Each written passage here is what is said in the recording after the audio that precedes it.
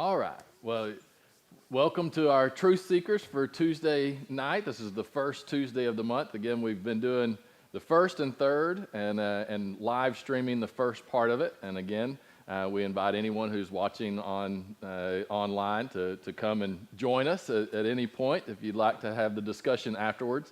We're going to have some prayer time as well this week, especially. Before we really get into this is Holy Week or Passion Week. One of the things that we do on Truth Seekers is we talk a lot, obviously, about what's going on in our country, but through a biblical perspective. To me, it's very important to recognize that Christ entered into the darkness, and he overcame the darkness. And one of the things that we talk about a lot is that we believe we are in the midst of a spiritual battle. I talked about that on Sunday in some specific ways, but I think that's becoming more and more clear, and spiritual battles manifest themselves in lots of different ways, and all of them are bad for society. And the only answer to that is revival. It is Christ. It's not one candidate winning or another one. Now, there's some that may make that harder to accomplish and some that may make it better, but our answer is not found in the human aspect of our government. It is found only in God. And of course, this week we are reminded of how Jesus went to the cross, and it appeared that evil and darkness had won, but it didn't.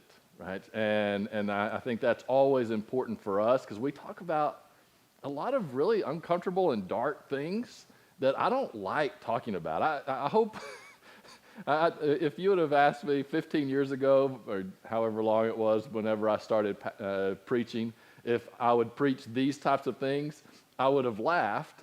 And then if you would have asked me, well, would you like to preach these types of things? I said, no, in no way would I like to have to preach some of this stuff. But I think it's important that we do and that we recognize the times that we are in. And we don't act as those who are defeated, but at the same time, we recognize that in spiritual battles, until it's all said and done, we know that the ultimate victory will be found and be won. But unfortunately, throughout history, darkness has had temporary victories, right, and has taken down kingdoms and has impacted society, and so we need to be aware of that. So today, of course, is being Tuesday. This is not a normal Tuesday. I don't know. Like I said, I do not turn on local news or anything like that, or for sure cable news. But I think if you remember, I just flipped it on just briefly. And do you remember back in the 90s when it was during the NBA Finals and O.J. Simpson, all of a sudden there was all this coverage and just following a white Bronco around, right? And everybody was freaking out, and there's helicopters and all this stuff. I don't know, and we became obsessed with that, right? Everything was about O.J. Simpson. I flip on just going through one news station, and I see a plane that has Trump written on it, and then the next station is just showing a plane sitting on the tarmac, and then it's showing the plane taking off, then it's showing the plane landing, then it's it's weird, right? We're just obsessed, and this is a big thing. I'm not minimizing it, but it feels like everyone is treating it more as a show, and if you really get underneath what's going on, it's just another symptom of where we are spiritually as a country. There are those who have said, well, if we do this, if we indict this former president, then, man, that's just setting a horrible precedent, and we're headed in a bad direction. No, we've already headed in the bad direction, which is why we're going to indict a president on stuff that again, it shows the state of things when before the indictment came down, you had 60% of people who said they agreed with the indictment. What indictment? No one knew what it said. Like, no one's even been able to read it, and 60% of people were already agreeing with it. Right? That's not a good place to be, right? So while it's a problem what's happening, that's a symptom of what's going on. And, we talk a lot about founding fathers and some of the things that they recognized were important. And I want to just kind of make the case that we're in this situation because we have moved way away from that. We've obviously moved away from God, but we've moved away from just founding basic principles. And there was an old adage around that time, a long time ago, actually not historically, only 200 and something years ago. And that adage was, a people must, from time to time, refresh themselves at the wellspring of their origin, lest they perish. I thought that's a pretty good, thinking of that. And if you look at what, as a society, do we do that? Not well, right? In fact, we're redefining that. We actually argue about that origin. Right? We can't even come up with with anything unifying on it. Well, that's dangerous, because if you don't know where you came from, how are you going to continue the good things about it? And we were unique in America, and so if we don't recognize why we were unique, what's going to happen is you just go back to the status quo that you've seen throughout history, and that's definitely kind of where we're headed. This was actually in the Massachusetts Bill of Rights in 1780, and it said, a frequent recurrence to the fundamental principles of the Constitution. So again, going back and looking at the fundamental principles of the Constitution, and a constant adherence to those of piety. Isn't that amazing? That's the first thing that they said in their Bill of Rights, is recognizing the importance of piety, which, if you don't know what that is actually a religious term. It's not being pious to the Constitution. This is being pious as far as desiring to follow the statutes of God, right? And it says, so those of piety, justice. Justice is tenuous right now, to say the least. It's all over the place. Moderation. And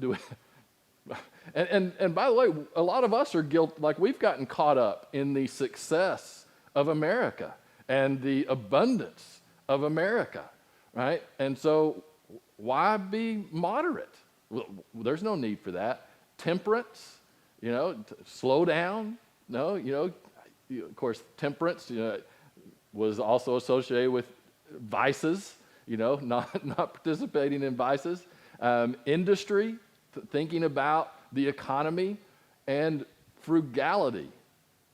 Yeah, this is one, if you need something to unite on, the only thing that both major political parties can unite on is that they do not want to be frugal, right? We will not be frugal. That definitely, we are united in that. And so all of those are absolutely necessary to preserve the advantage of liberty and to maintain a free government, right? Recognizing, again, those principles that came from the Word of God, came from philosophy, all of those things, but they ultimately comes from God because He's the source of that. They recognized that and understood, hey, we need to make sure we pay attention to this stuff. George Washington, he had a few warnings. This is a good one. He says, though when a people shall have become incapable of governing themselves and fit for a master, it is of little consequence from what quarter he comes. Okay, so what is George Washington saying there? If we as a people become incapable of governing ourselves, because again, remember, this was a new way of viewing things. throughout history, it had always been, okay, the dictator, the leader, the king, whoever it was, just tells us what to do.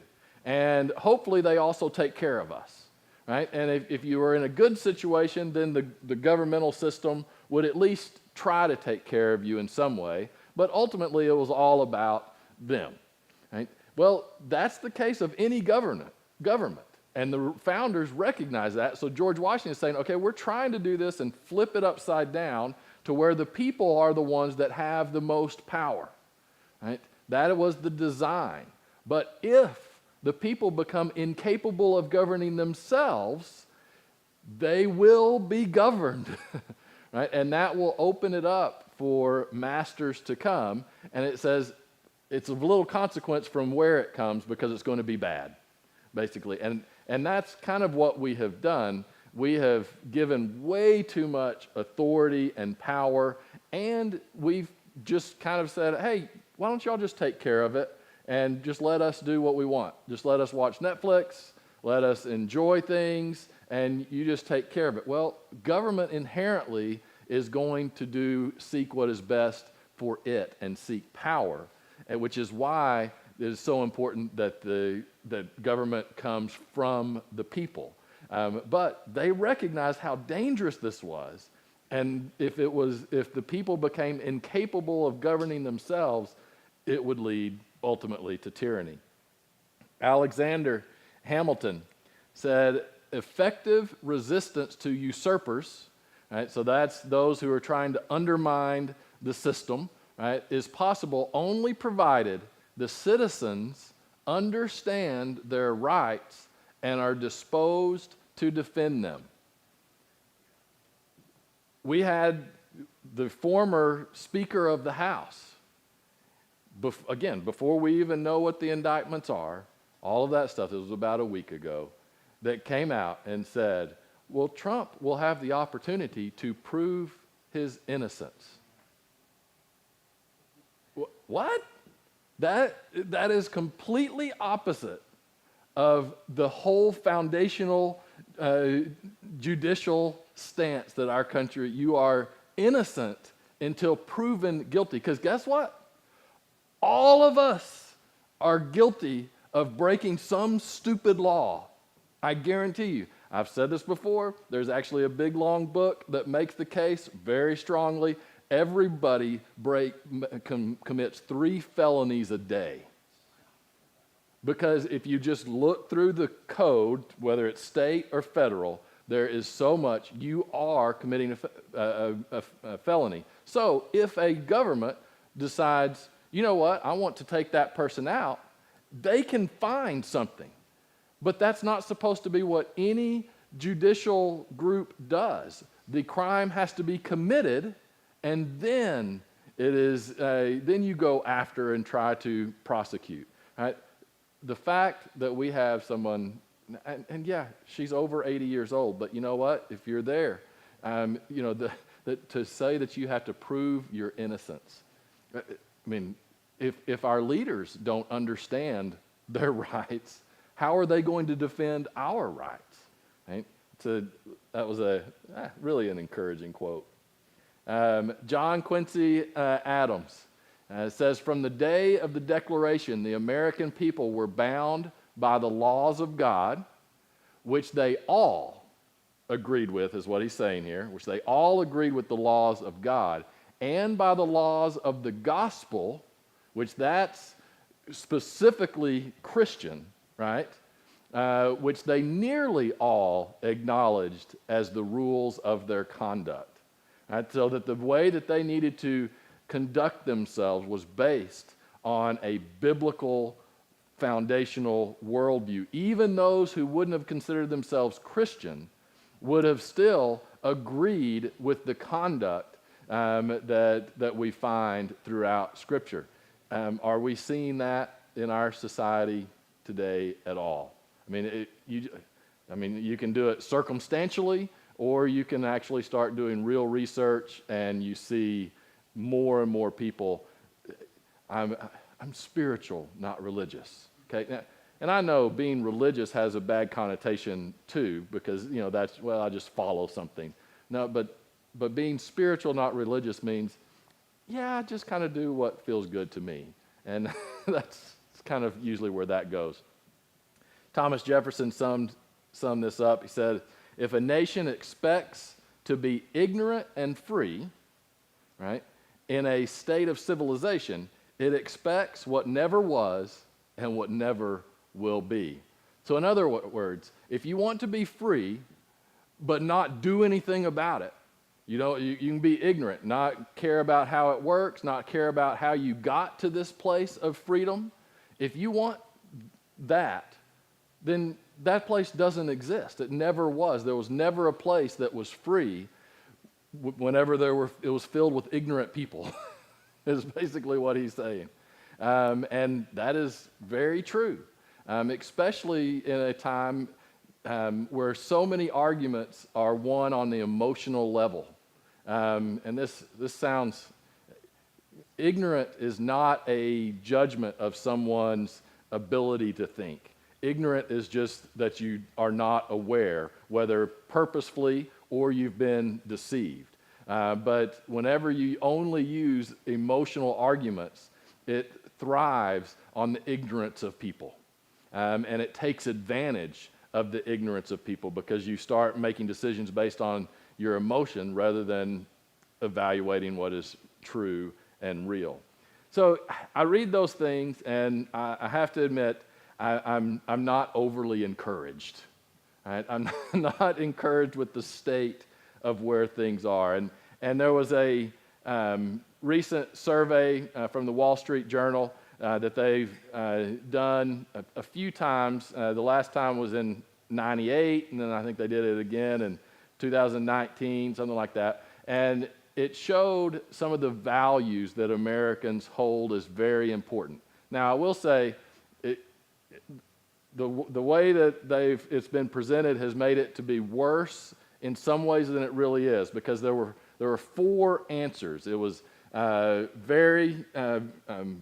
was very important, somewhat not important, very not important, basically. Okay.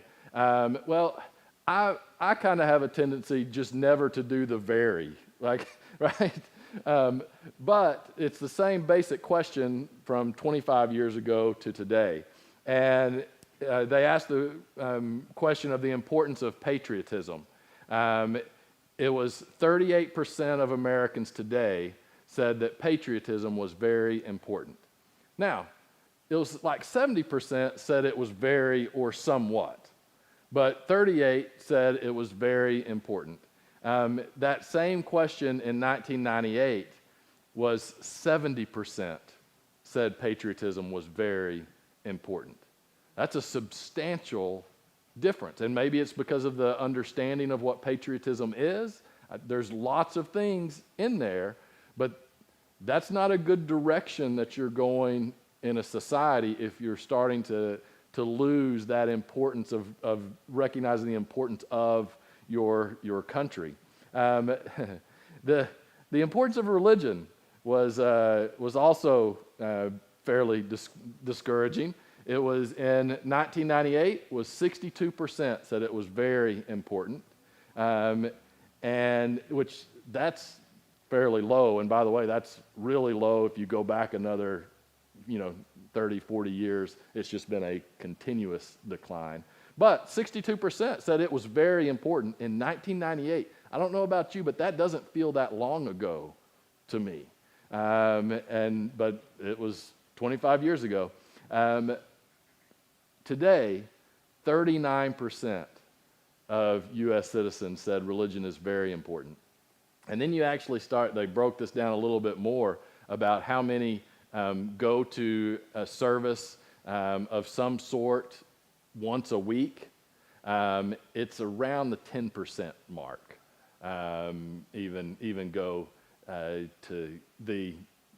and it's close to 20% that are either what we would consider atheist or agnostic. Which agnostic believes there's a possibility of a God, but even if there is a God, it doesn't really matter, right? And so that number is close to 20%. That's quite incredible. This is just a different one that is 25 years ago, 59% said having children was very important. Today, 30%. And if having children is not important, where is your future? What does your future look like? Also, it was kind of discouraging. It was a pretty high percentage of people who are now starting to feel like their children are going to be worse off than they were. That's actually a flip of where we've always been. People thought, no, it's going to be better for my children, and it has been in America. Traditionally, it has been better. And by the way, we have it pretty easy. If we should recognize that and not destroy it and go backwards. But so that shows that we're not following some of those basic things that the founders knew were important. And then you just start looking at what's going on in our country and the world right now. Justice is, if I hear them say no one is above the law in regards to this, it's like, okay, I understand no one should be above the law. Well, then let's do that, right? Then let's actually start applying the law equally, and recognizing what we're doing. And again, that's we've lost all of our anchor and our sense of who we are. There was actually a guy convicted of posting a meme in 2016. This just happened, which, by the way, if you're just now getting convicted for something you did in 2016, fair and speedy trial, right? But this guy got convicted of posting a meme that said, text your vote for Hillary. And it gave this number. And supposedly that was deceiving people. And this guy was convicted of that. There were the same exact meme going the other direction saying, hey, you can just text your vote in for Trump. No one's being prosecuted for that. But what does that say if a meme can get you indicted? And not only indicted, in this case, it was convicted. You have the FBI doing all kinds of things. You have, if you've ever looked at the Hoke family, he's a pro-life advocate. Had an incident happen years ago that was handled locally. This DOJ revives it, goes and raids this guy's house in front of his 7 children, literally guns drawn, into his house, pull him out. Again, this has already been taken care of in the local situation. He ends up having to go to court. It gets destroyed, the case, because it's so weak and it's so ridiculous. He is found innocent of it.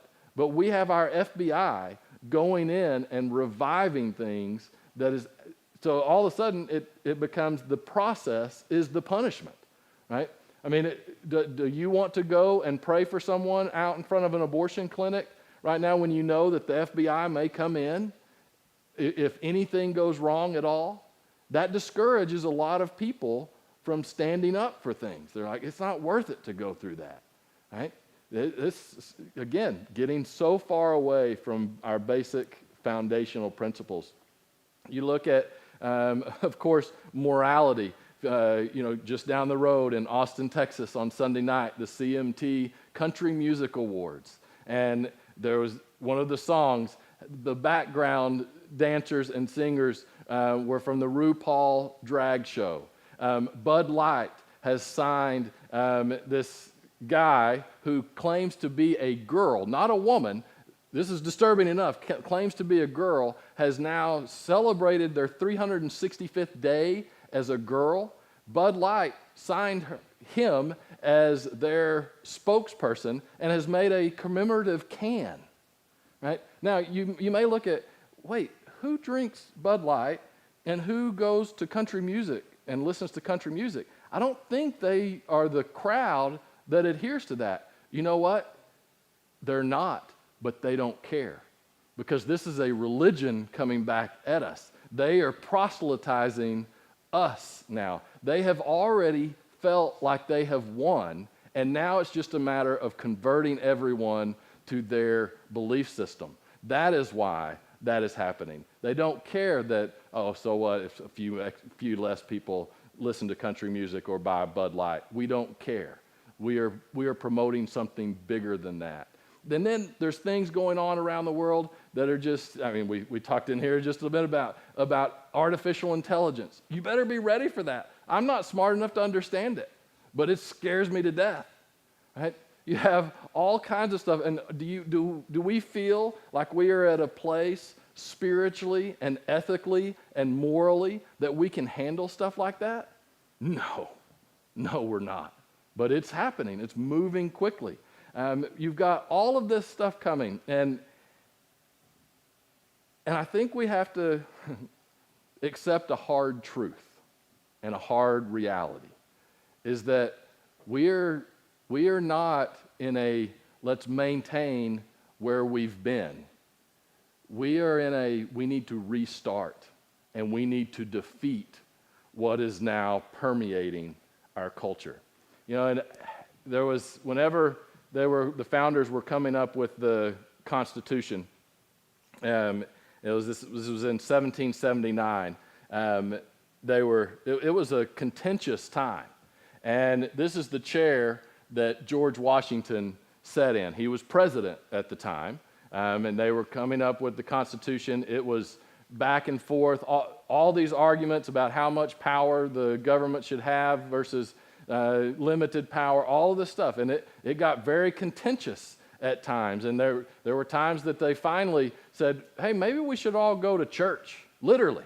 They said they stopped debate and said, let's go to church for a little while. And they came back and they finally were able to put together a constitution. But if you look on the top of that, that's the little close-up, that's a sun.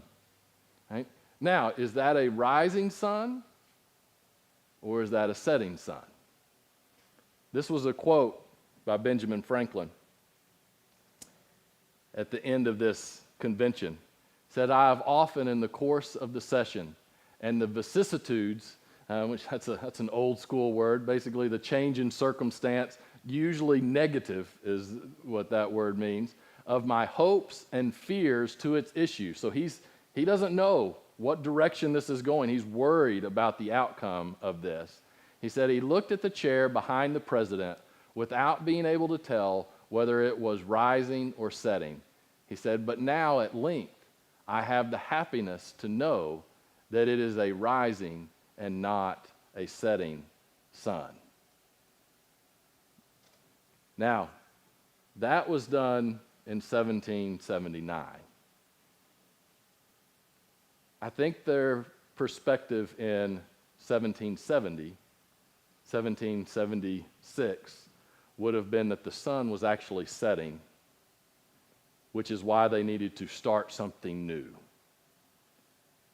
I think we have to change our perspective, not in a defeatist way, but the sun, unfortunately, is setting. Right? And we have to recognize that, not so that we give up and quit, but so that we fight so that the sun will be rising again.